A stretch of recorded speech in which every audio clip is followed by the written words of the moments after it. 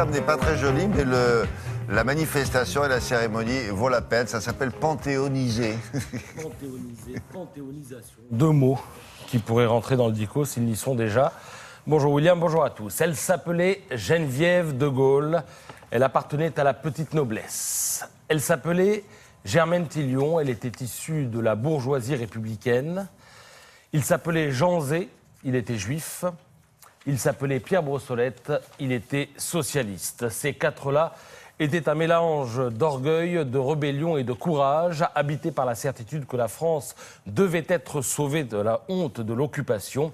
Ils n'envisageaient pas la défaite et encore moins la collaboration. Ils ont dit non à Hitler et non à Pétain, écrit Jean-Marie Pontali dans Le Parisien, avant d'enchaîner. Les circonstances exceptionnelles font, dit-on, des femmes et des hommes exceptionnels. Ces quatre-là en étaient. Ils ont donc leur place au Panthéon. Alors, comme vous l'imaginez, la panthéonisation des quatre héros se retrouve à la une ce matin. Et même si elle est censée traduire un moment de concorde nationale, nous ne saurions faire l'économie, nous, les Gaulois chicaneurs, de quelques commentaires à la limite de l'âpreté. C'est ainsi que Laurent Geoffrin, dans Libération, s'adresse à ses adversaires politiques. Qui dira ensuite, comme on l'entend si souvent à droite, que la France n'a plus de mémoire, qu'elle passe son temps à se repentir. C'est ainsi que l'humanité regrette qu'au moment où l'histoire à main nue prend place au Panthéon, le temple glacé des grands hommes, la formule est de Patrick Appel-Muller, aucun résistant communiste ne figure dans la sélection. Pour l'humanité, cela affaiblit le sens de l'événement. C'est ainsi que le Figaro remet l'affaire dans son contexte. Hollande, à l'occasion de donner à l'engagement, au refus du panurgisme, au courage jusqu'au sacrifice de sa vie, une résonance contemporaine dans une France touchée par le radicalisme islamique et le terrorisme. Le fera-t-il ? Questionne Étienne de Montetis dans son édito qu'il conclut par ailleurs de la sorte. On s'avise que ni Pompidou ni Giscard ne sacrifièrent en leur temps au rite du Panthéon.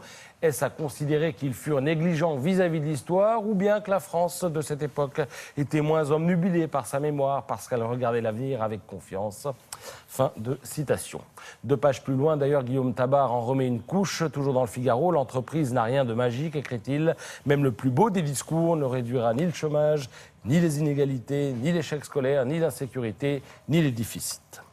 Alors, il n'aura échappé à personne que derrière cette cérémonie utile pour exalter le passé, il y a une occasion non moins utile de se positionner pour l'avenir. D'évidence, le président de la République veut en profiter pour marquer son quinquennat sur le thème de la nation rassemblée, ce concept qui donne de la hauteur à celui qui l'incarne et accessoirement le récompense de quelques points dans les sondages d'opinion. Voilà pourquoi François Hollande a supervisé l'organisation de la cérémonie et vous verrez à la lecture du Parisien ce matin qu'il a le sens du détail. D'abord, on a tout fait pour que la facture soit la moins élevée possible. Elle serait donc de 1,5 million d'euros. Ensuite, un principe, rien ne doit polluer ce moment particulier. C'est ainsi que les feux tricolores de la rue Soufflot qui mènent au Panthéon seront coupés cet après-midi. Et puis, il y a le discours. Lorsque François Hollande le prononcera, les invités ne seront pas face à lui, mais sur le côté, 3000 invités, dont 900 VIP. On a donc prévu de placer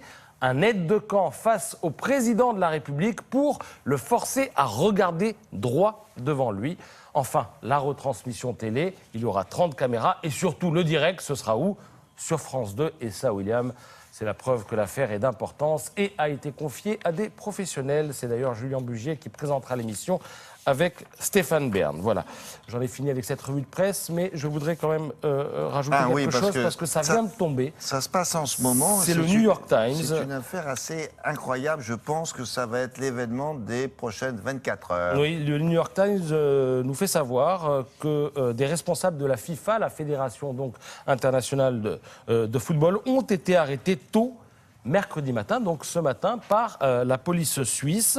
C'est ce que rapporte donc le New York Times, qui ajoute que la justice américaine réclame leur extradition pour des faits présumés de corruption. Alors, je dis bien des faits présumés de corruption, et cela concernerait évidemment des conditions d'attribution de plusieurs éditions de la Coupe du Monde, ainsi que des contrats de marketing et de droits de retransmission télévisée. Voilà, ils n'ont pas fait ça par hasard, parce qu'il y a un congrès de la FIFA en ce moment, et tous les dirigeants sont là. Ils se sont dit, s'il y a un coup de filet à faire, c'est le moment ou jamais. Il faut aussi savoir qu'il y a autour de la FIFA des luttes terribles de pouvoir et il y a peut-être aussi une explication à trouver de ce côté-là. Bien, merci. On file au